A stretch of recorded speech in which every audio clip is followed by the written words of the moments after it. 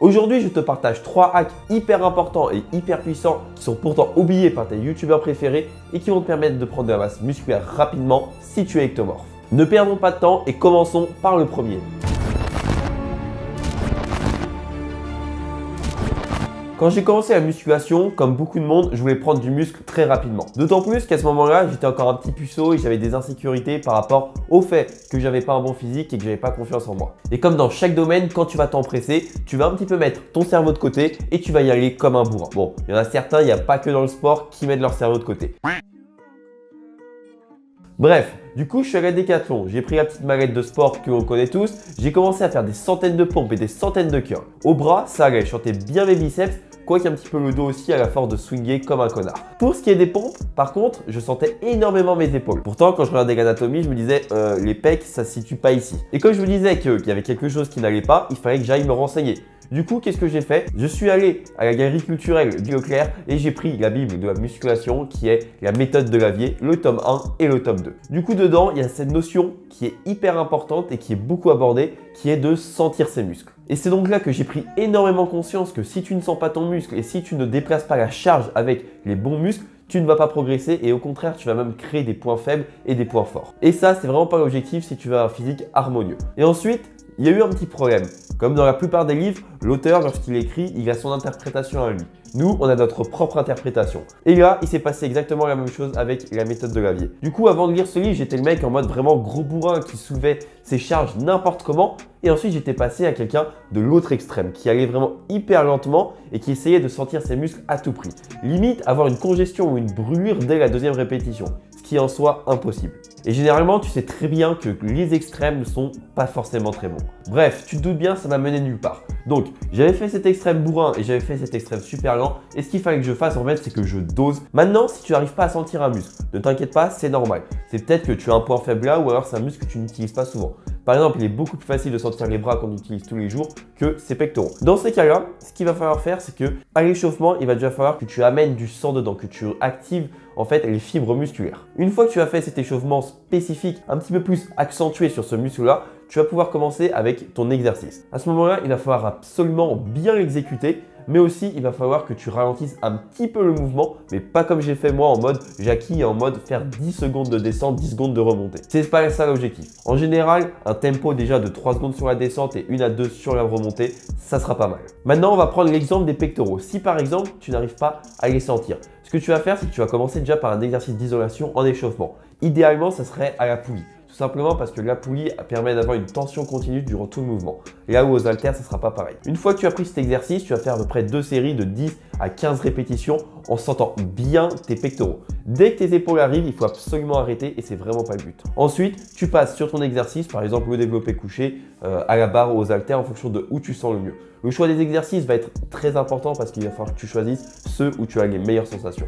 Et ensuite, tu fais tes séries. Après, lorsque tu vas faire ton entraînement aussi, si tu fais trop d'exercices, tu auras beaucoup de mal à bien sentir tes pectoraux tout au long de la séance. Donc généralement, faire juste 1 à 2 exercices sur un muscle qu'on a du mal à sentir, ça suffit largement. Le but, c'est que tu les sentes toujours et que de séance en séance, il y ait toujours des meilleures sensations et qu'au bout de quelques mois, tu arrives avec des bonnes sensations. Simon est une personne que je côtoie très souvent, mais qui est aussi un ectomorphe comme on n'en fait plus. D'ailleurs, il me fait penser à Samy que je t'ai présenté dans ma dernière vidéo. Tu vois, c'est le genre de mec qui peut prendre à peu près 4 kilos en un mois, mais qui va les perdre en 3 jours. Au tout début, quand on a commencé ensemble, il était encore en études supérieures, il était à l'internat, donc il mangeait au self, il n'avait pas les calories qu'il voulait. Donc c'était vraiment très dur. En plus, à ce moment-là, je n'avais pas vraiment les compétences pour vraiment aider les ectomorphes. Parce que oui, même si tu es au self, tu as moyen de prendre du poids. Et il y a quelques mois, il est revenu vers moi. Mais cette fois, les choses avaient un petit peu changé parce qu'il a fini ses études et aujourd'hui, il est salarié. Par contre, c'est pas parce qu'il est salarié que c'est beaucoup plus simple, parce qu'il fait 40 heures par semaine et il n'a pas non plus des temps de pause énormes. Donc comme je t'ai dit, il travaille 40 heures, donc il n'a pas beaucoup de temps pour lui et en plus il a beaucoup de fatigue. Et on sait très bien que quand on est ectomorphe, c'est encore plus dur de manger quand il y a la fatigue. Donc quand il y a ça, il faut vraiment être très stratégique et mettre en place les bonnes méthodes. Donc la première étape qu'on a fait, c'est qu'on a calculé le nombre de calories qu'il a besoin et ensuite le nombre de protéines, glucides, lipides en fonction de ses calories. Ensuite, qu'est-ce qu'on a fait? On a su ça, on a regardé son planning. Ok, tu peux manger quand et tu as combien de minutes, combien d'heures pour manger. En fonction de ça, on a réparti tous les repas et les collations. Maintenant, une fois qu'on avait ça, c'est qu'il fallait qu'on répartisse correctement le nombre de quantités par repas. Tout simplement parce que si c'est mal réparti, tu vas avoir hyper mal au ventre, tu vas te sentir ballonné et tu vas pas pouvoir manger tout ce que tu veux dans la journée. On a fait en sorte du coup qu'à chaque repas, il y ait une quantité qui soit pas non plus trop énorme et qui puisse vraiment lui permettre de tout manger dans la journée. Par exemple, lors de la collation, on l'adapte exactement pour pas qu'il soit plein et donc qu'il puisse plus manger à midi. Et en parallèle de ça, de savoir donc combien de repas il devait manger et qu'est-ce qu'il devait manger pendant les repas, ce qu'on a fait, c'est qu'on a pris la liste présente dans la formation Body Changer des aliments magiques pour les ectomorphes. Parce que oui, il y a des aliments qui vont te permettre de prendre plus facilement du poids que d'autres. Et il faut bien les connaître. Et donc le plus fou, c'est qu'on est passé d'un volume alimentaire drastiquement plus bas, mais où il y avait beaucoup plus de calories dans la diète, qui permettait de ménager son estomac, ou alors ça lui permet de manger encore plus. Et par exemple, dans ces conseils, on peut tout simplement citer mettre de l'huile d'olive dans du riz.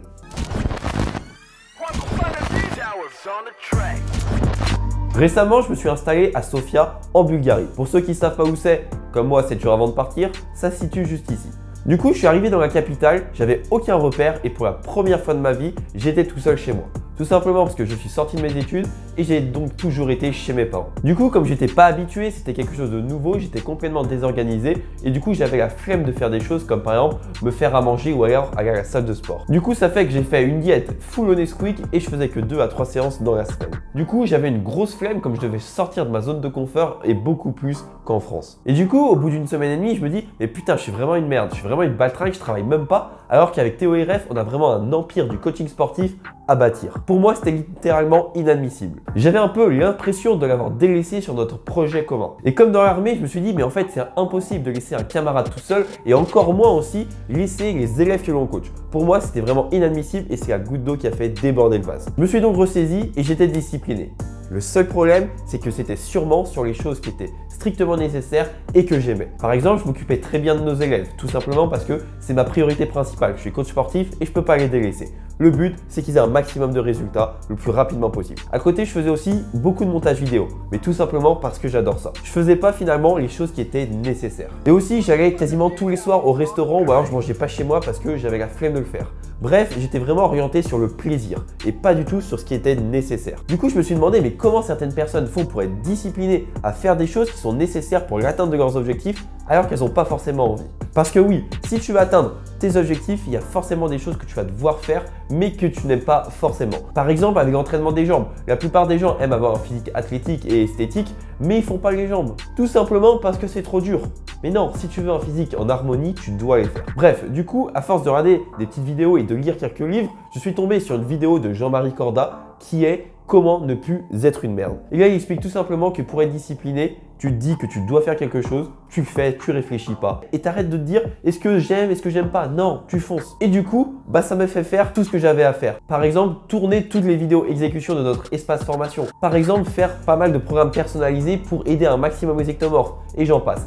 Toutes ces choses qui certes sont un petit peu chiantes, mais qui sont hyper importantes si je veux atteindre mes objectifs dans le coaching et dans le business. Et dans la muscu, c'est exactement pareil. Aujourd'hui, c'est quoi ton objectif? Avoir un physique plus athlétique, plus musclé?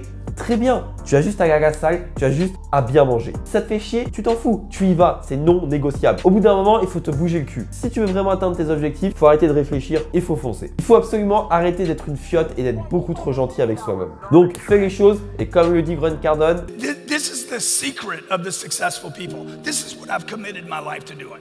I told my mom when I was 16 years old, one day I'm going to be successful. I always say this, pay the price today so you can pay any price in the future. Pay the price now, okay? Pay the price. Donc si tu appliques ces 3 conseils, tu es sûr de propulser tes gains au niveau supérieur. Mais si tu veux encore aller plus loin, avec Théo et Ref, on a sorti la formation Body Changer qui met en place une méthode étape par étape pour prendre 10 kg en 90 jours. Tu auras la formule précise pour prendre du poids grâce à des programmes d'entraînement et de nutrition précis. Les exécutions parfaites à avoir pour ne pas risquer de perdre 5 fois plus de temps. Des recettes faciles et rapides à cuisiner et comme ça va te permettre d'abandonner à jamais le ridin de brocoli insipide ou encore les McDo. Et pour finir, les secrets prouvés pour développer l'état d'esprit à absolument avoir et lâcher ton plein potentiel. Sans le bon mindset, avoir ton corps de rêve, je te le dis, c'est impossible. Pour rejoindre Body Changer et la communauté, tu as juste à cliquer sur le premier lien dans la description. Si tu as aimé la vidéo, mets un petit like, abonne-toi et moi je te dis à la prochaine.